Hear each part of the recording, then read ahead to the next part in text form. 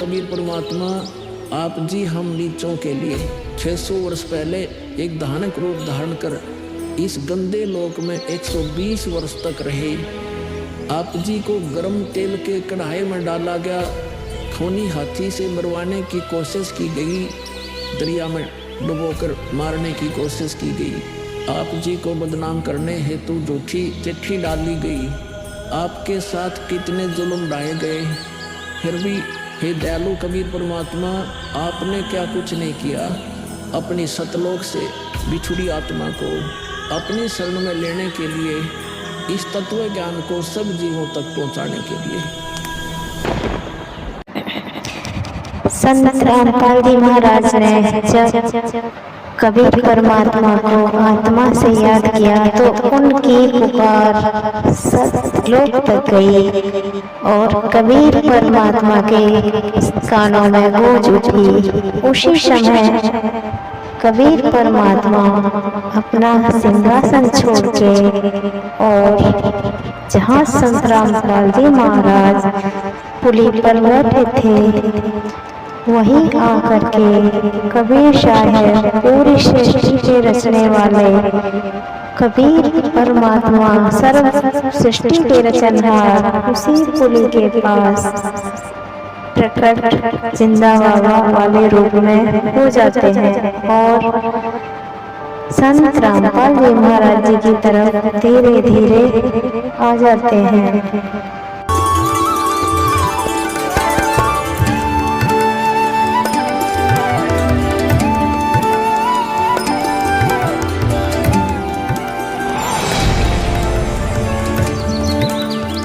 राम राम भगत जी। राम राम। आओ भगत जी बैठिए, खड़े क्यों हो? संत रामपाल जी महाराज अपने परने को पुलिया की दीवार पर बिछा देते हैं और महात्मा जी से बैठने का आग्रह करते हैं। कहाँ से आए हो बेटा, क्या करते हो? भगत जी, वैसे तो मेरा गांव धनाना है, जिला सोनीपत में पड़ता है। अब एक छोटा सा मकान बनाकर रोहतक में रहता हूँ। जूनियर इंजीनियर था, लेकिन अब नौकरी छोड़ दी है। बेटा, तेरे धनाना और रोहतक वाले घर के बारे में तो मैं अच्छी तरह से जानता हूँ और यह भी जानता हूँ कि तेरे 2 पुत्र और 2 पुत्री हैं। मैं तो यह पूछ रहा था कि इस जन्म से पहले तेरा घर कहाँ था? अरे, इन महात्मा जी को मेरे बारे में इतना कैसे पता है? महात्मा जी, जन्म से पहले हम सतलोक में थे, वही हमारा घर था।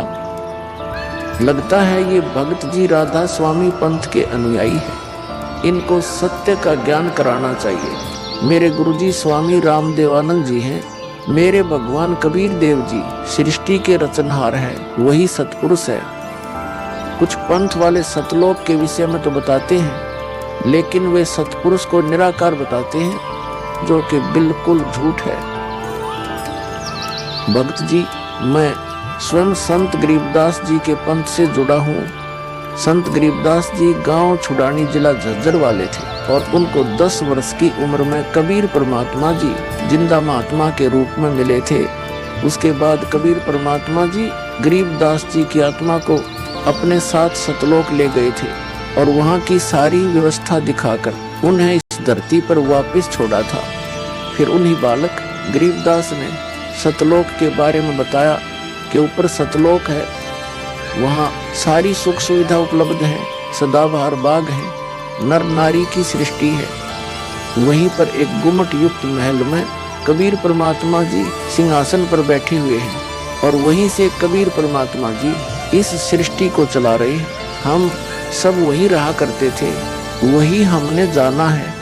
जो सतलोक में केवल प्रकाश ही प्रकाश बताते हैं, उनका ज्ञान गलत है, वे मोक्ष प्राप्त नहीं कर सकते। भक्त जी उस बालक गरीबदास ने वाणियों के माध्यम से बताया है कि गरीब अनंत कोटि ब्रह्मांड का एक रति नहीं भार, सतगुरु पुरुष कबीर हैं कुल के सिरजनहार। कौन कबीर?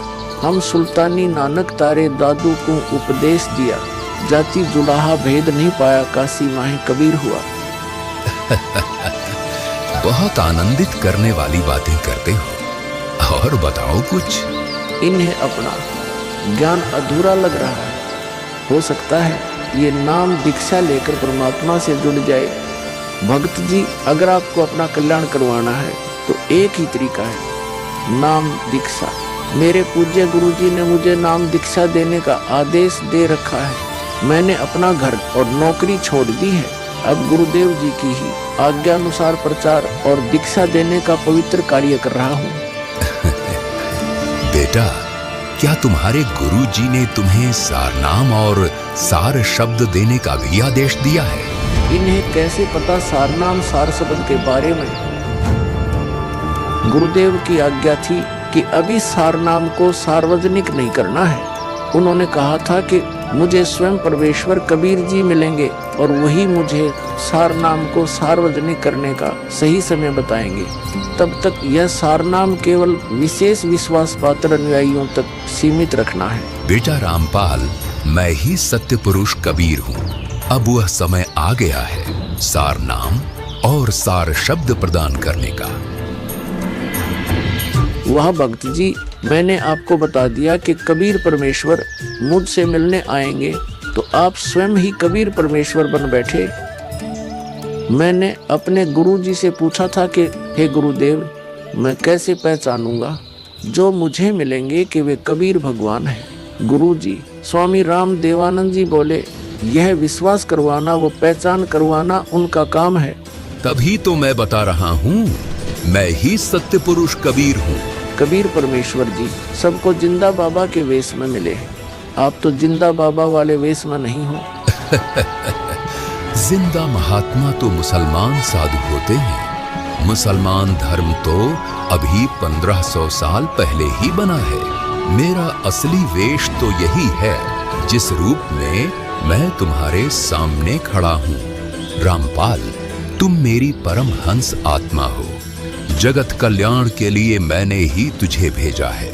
अब सही समय आ गया है सार नाम और सार शब्द देने का। मैं कभी सिर पर मुकुट, कभी पगड़ी, कभी टोपी धारण कर लेता हूँ। चारों युगों में आता हूँ। सतयुग में सत सुकृत नाम से, त्रेता युग में मुनींद्र नाम से, द्वापर युग में करुणामय नाम से और कलयुग में अपने वास्तविक नाम कबीर देव यानी कबीर नाम से आता हूँ और तेरे जैसी हंस आत्माओं से मिलकर उनका भ्रम दूर करता हूँ। लेकिन अगर तुझे केवल जिंदा महात्मा के रूप में विश्वास है तो मैं तुझे अपना वो रूप भी दिखा देता हूँ। ये देख।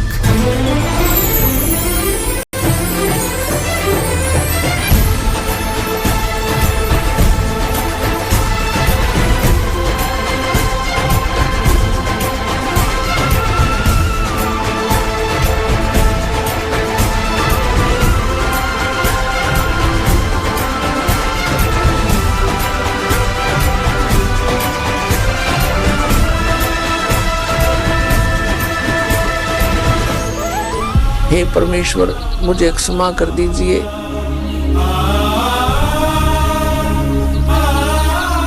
मुझसे अनजाने में गलती होगी।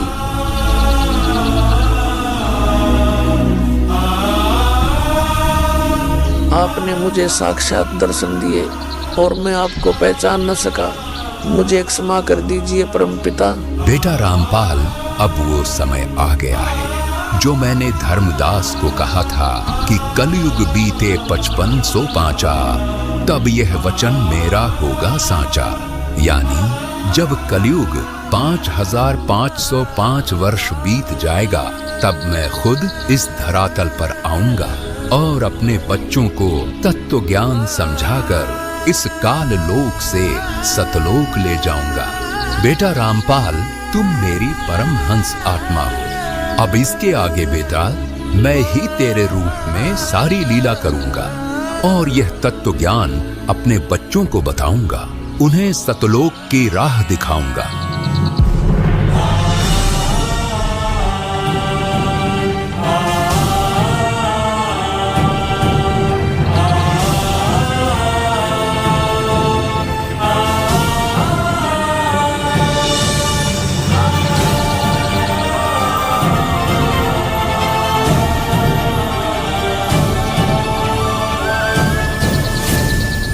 जगह संत रामपाल जी महाराज जी को इस प्रकार कबीर परमात्मा संत रामपाल जी महाराज जी को सह शरीर सतलोक भेज देते हैं संत रामपाल और अपनी लीला को कबीर आगे बढ़ाते परमात्मा हैं।